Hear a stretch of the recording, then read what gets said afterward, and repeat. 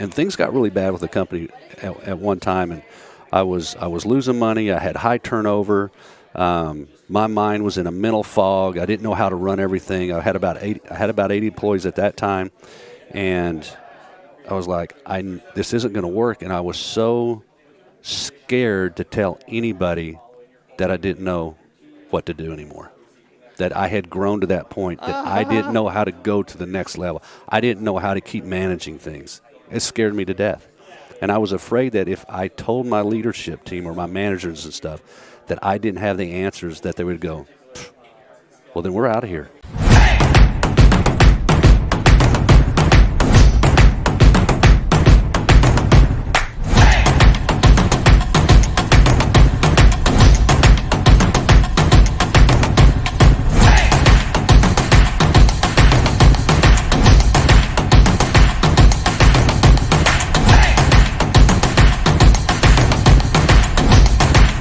We have Michael Hinderliter from Powerwash University, and we're live right now on the Untrapped podcast in Fort Worth, Texas, at this amazing event and exposition.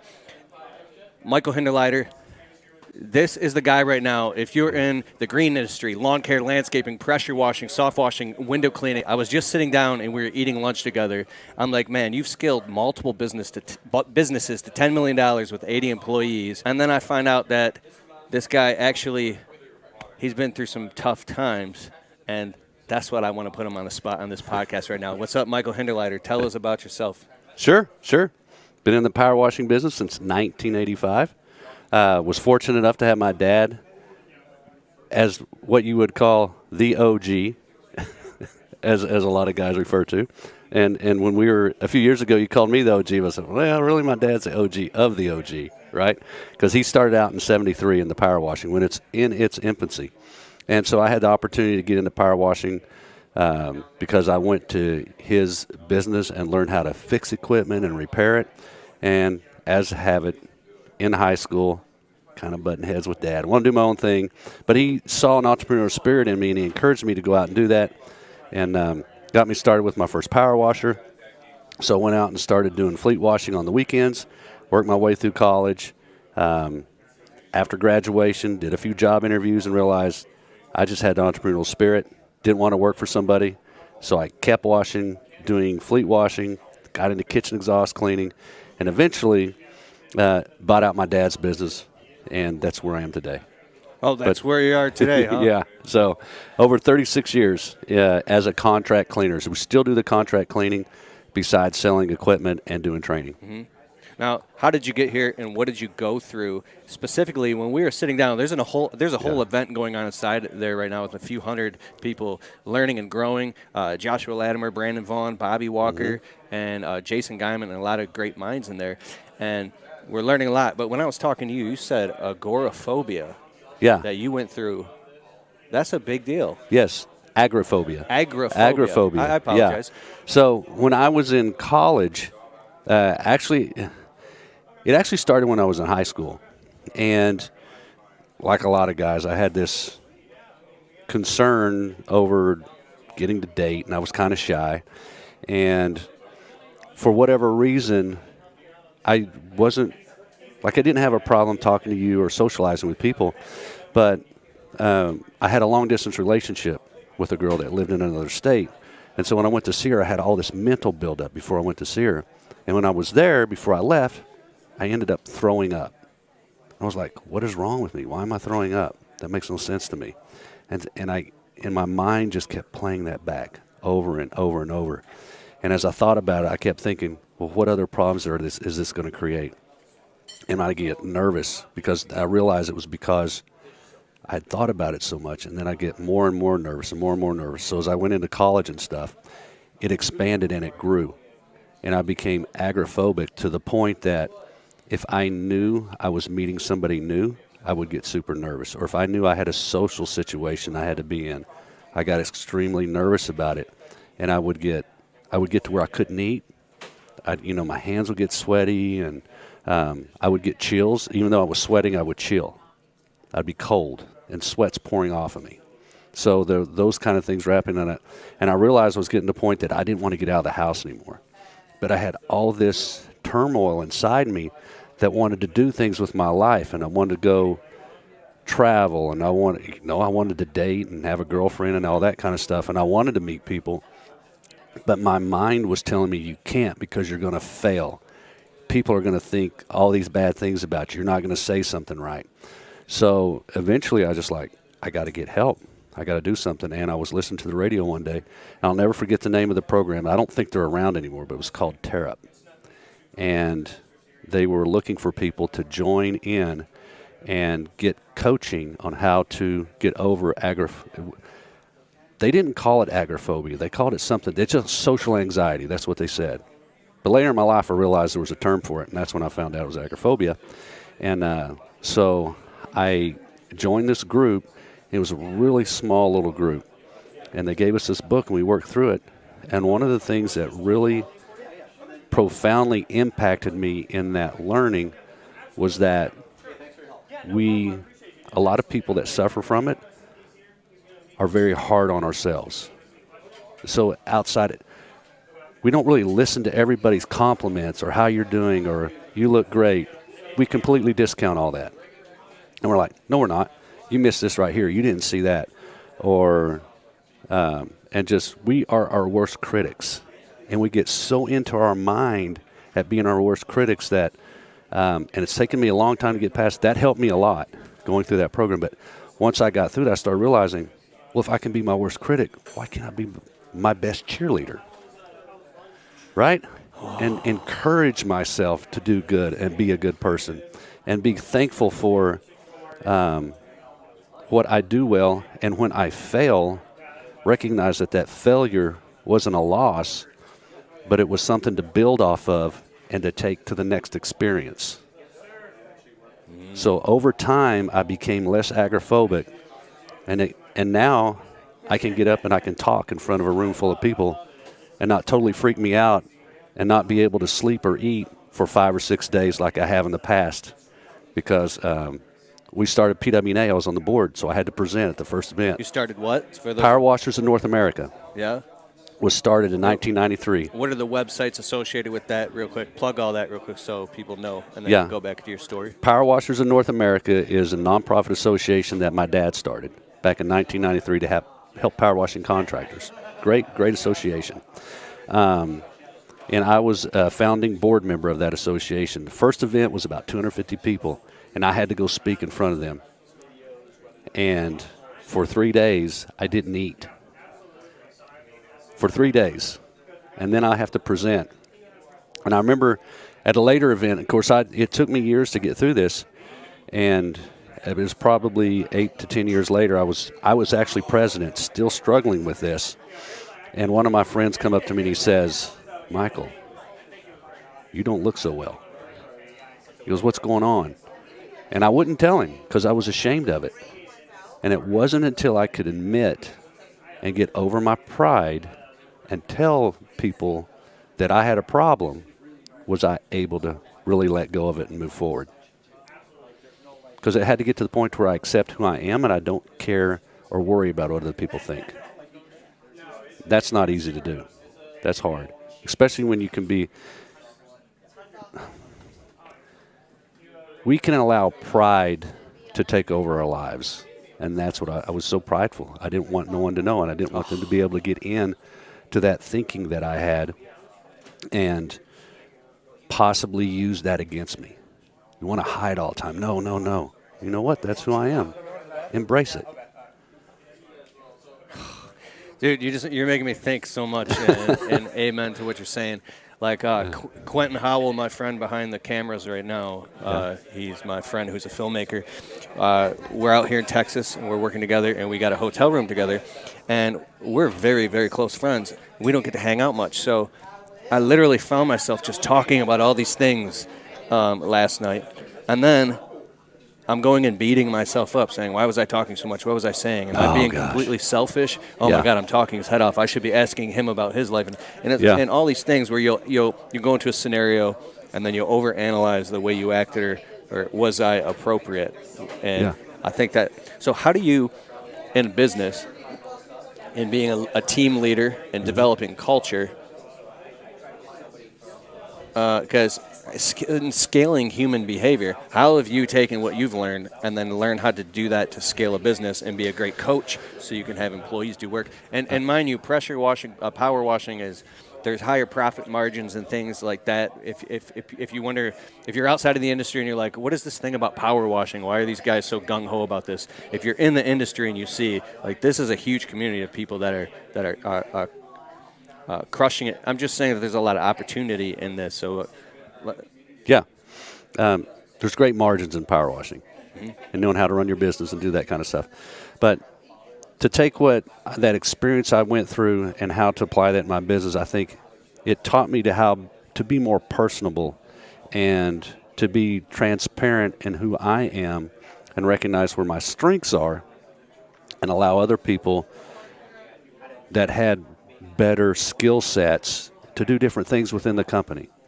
So one of the other huge epiphanies that I had when I was running the businesses was part of that pride and thinking that I always had to have, I always had to have the right answers for people, and that I had to be quick with my responses, and I couldn't think about it very long.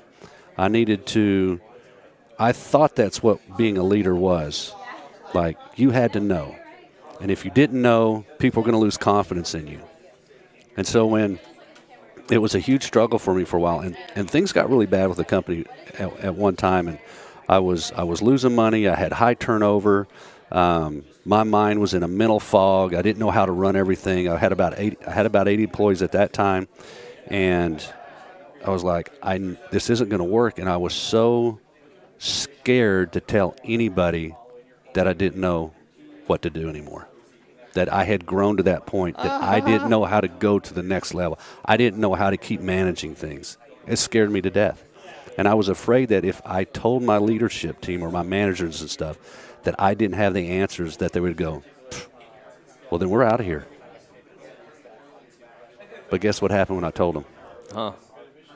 They were like, you're real. You're human. And we got this. We can help you. You let us do what we need to do, and you do what you need to do. And it grew from there. And then the relationships got better. The morale improved dramatically, and if I was wrong, I would admit I was wrong. And before, I wouldn't do that. I would make lame excuses or blame other people. So now I'm very quick to address when I do something wrong, because I want my staff to know it's okay for them to admit when something's wrong or they did something wrong. I want to hear it, because then it gives me the opportunity to coach them if I can help them, or point them in a direction where they can get help. And, obviously when it comes to the technical side of cleaning and doing all that, I'm a whiz. It's like the back of my hand. I know it. I can help you with that. It's simple. And then with some of the things I've struggled with in life, when that comes up, then I can be somewhat of a personal coach. You got to be careful with that too when it comes to HR, what you can and can't do, and between male and female and all that too. You be very careful and have the right person on your team to deal with those as well. I got a great HR lady that is phenomenal. When you got a business at our size, you need a good HR, safety and all that. So it helps a lot. I'm just absorbing right now. I'm chilling. I'm thinking about the parts of myself. And if you watching are a control freak, afraid to let go of control, I know. Gosh. I'm watching Brandon Vaughn's new YouTube channel, Map to a Million. Yeah. It's really good. And he told me one time in person at another an event that he sat down with somebody and they had him write the word control on a piece of paper and rip it up to tiny pieces. And he was sobbing and crying. And I think about that stuff. I saw you on YouTube too. What's your YouTube channel? Powerwash.com. Powerwash.com. Powerwash.com. I saw you were standing in front of big receptacles, and you were talking about how to. It was like a training video. I don't know. It was really high quality. Go to powerwash.com. Put links in the show notes and below here. Make sure you go there, subscribe, and check it out. All kinds of stuff on that channel. Yeah. So this event right here. Talk about this event. Okay. And talk about the next event coming up and where it's going to be and why people should attend and what they can learn and what can they take away. So at this event, our first day was focusing on business and improving your business, being able to like scale the business, a lineup of speakers to bring their different skill sets that they could share with those that were attending. And a lot of them have programs they can offer. So if you really want to grow your business and take it to the next level, and you don't want to spend a lot of time learning what someone else has learned, which is what I would recommend doing, because I think about like back when I was like, I'm 36 years in business, and all the things that I did. And I started like going through the processes that some of our speakers were talking about, how long it took me to learn and go through those, anywhere from 5 to 10 or 15 years to just do some of the things that they were talking about that their program offers. And I would just have to pay a monthly fee or a one-time fee for them to help me get through it. But we get so focused on trying to save $10 or $20 or $100. It's like, hey, guess what? I can build that machine cheaper than I can buy it from you from. So I'm going to buy all the parts. I'm going to build it. Why? Why would you do that? Why don't you go buy it from someone who knows how to put it together, who knows how to make it run and last, instead of spending your time building it when you should be out building your business and getting customers and creating revenue to grow that business. So if you want to think about it like this, the hierarchy to survival, what's the first thing you need to have to survive? Food and water. Mm-hmm. And then shelter, but you got to eat and you got to have water, right? That's what that's what sales is to business. It's the food and water. And then once you get that and you start consuming, then you build up the other things. You build up your protocols and your systems and things like that to put it together, and that's what we're offering here. The owner is usually one of the best people to go out and get that going. And eventually, once they build it up, then they could hire sales staff and create sales systems and put programs in to bring in the sales. But you got to have that first. And you need to be, your primary focus as a business owner is just creating that funnel that feeds the business all the work you can get for the business. And then put the systems in place and have other people help you do that as much as you can. And that's what we were doing on the first day. And then today goes into technical. Yeah. So now we're teaching like wood restoration today. We're going to do paver sealing. We're doing outside demos. We did dumpster pad cleaning outside. And then we're going to demo equipment and things like that for people to get more of their hands on. And then so we announced a new program we're rolling out, which is called Washaholics. So only the people that were here today can get in on the ground floor and this absolutely amazing price we've rolled it out for. But eventually we will start offering this to the public. So the people that are here become my tribe for creating and building this program at this upper level that's going to be so awesome. And then we'll start creating more things off of that and branching out with the Washaholic program. Where's the website people can go to learn about this? It'll be Powerwash Academy. We just changed the name from Powerwash University or Powerwash U, but it is powerwashacademy.com. We haven't launched that website yet, but we are. And I got to be. So what we found out is that with. Wrap it up. Verdict. All right. Okay, so we'll leave it at Powerwash Academy. Flip it over so people can see your name. Yeah. Oh, there we go. Michael Hinderliter, right? Michael Hinderliter. Hey, real quick, I want to say one thing. Look in the camera. Quentin, which camera should he look in? Right here. Look in that camera, and I want you to like, literally go, all right, all right, all right. All right, all right, all right. Guys, thanks so much. This has been an awesome episode of the Untrapped Podcast. We're on all major platforms. Go to KeithKelfs.com or go on SoundCloud, Stitcher, Deezer, iHeartRadio, Apple Podcasts. Please go and leave a positive 5-star review on Apple Podcasts. It helps the show. It boosts the ratings. And thank you so much. Subscribe and check out Michael Hinderliter. I want to see you at the next event. You're the man. I appreciate it. Dude, Thank you, Keith. Love you, bro.